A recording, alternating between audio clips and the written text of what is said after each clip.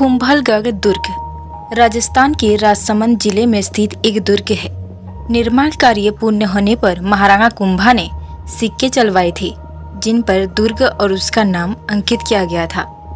वास्तुकला के अनुसार बने इस दुर्ग में प्रवेश द्वार, प्राचीन जलाशय, बाहर जाने के लिए संकटकालीन द्वार, महल, मंदिर, आवासीय इमारतें, यज्ञ वेदी, स्तंभ, छतरियां आदि बनी हुई है।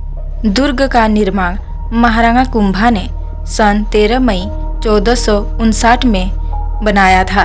इस किले पर विजय प्राप्त करना दुष्कर था, इसलिए इसे अभेद किला कहा जाता है। इसके चारों ओर एक बड़ी दीवार बनी हुई है, जो चीन के दीवार के बाद विश्व की दूसरी सबसे बड़ी दीवार माना जाता है।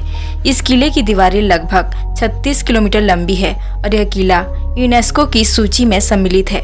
कुंभलगढ़ किले को मेवाड़ की आग भी कहते हैं। यह दुर्ग कई घाटियों व पहाड़ियों को मिलाकर बनाया गया था, जिससे यह प्राकृतिक सुरक्षात्मक आधार पाकर अजय रहा।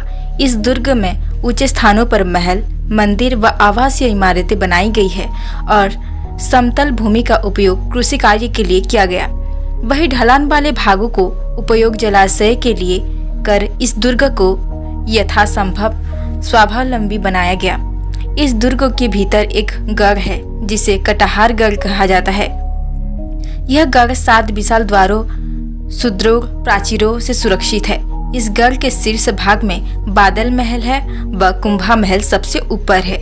महाराणा प्रताप की जन्मस्थली कुंभलगढ़ एक तरह से मेवाड़ की संकटकालीन राजधानी रही है।